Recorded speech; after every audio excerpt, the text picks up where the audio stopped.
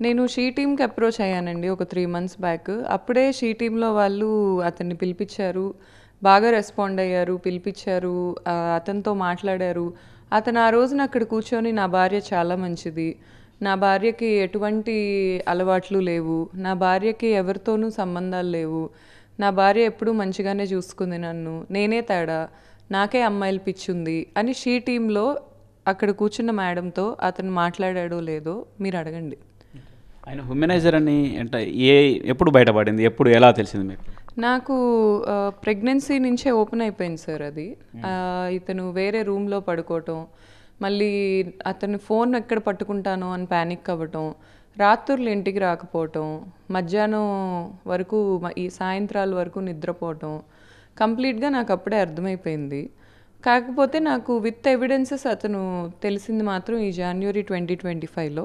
ఏ రోజైతే తెలిసిందో ఆ రోజే నేను బయటకొచ్చేసాను ఆ ఇంట్లో నుంచి. ఆ ముందు రోజు కూడా వాళ్ళ ఫాదరు, వాళ్ళ అక్క నాతో గొడవ పడ్డారు. వచ్చి నా బిడ్డని లాక్కెళ్ళిపోయారు నా చేతిలో నుంచి. నేను ఏడ్చుకుంటా అప్పటికి పాలిస్తున్నాను నేను నా బిడ్డకి. ఏడ్చుకుంటా వాళ్ళ వెనక పరిగెత్తాల్సొచ్చింది. కింద పార్కింగ్ నుంచి పై వరకు లాక్కొని వెళ్ళిపోయారు. ఎతుక్కోవాల్సొచ్చింది నాకు. 14 ఫ్లోర్‌లో, 16 ఫ్లోర్‌లో ఉంటాయి ఆ అపార్ట్మెంట్‌లో. ఎక్కడి నుంచి బిడ్డ ఏడుపు వినిపిస్తుందో నాకు అర్థం గాక, ఎక్కడున్నాడు, ఎక్కడున్నాడు, ఎక్కడున్నాడు అని కింద కూర్చొని తలగొట్టుకొని ఏడ్చాను నేను ఆ మూమెంట్‌లో.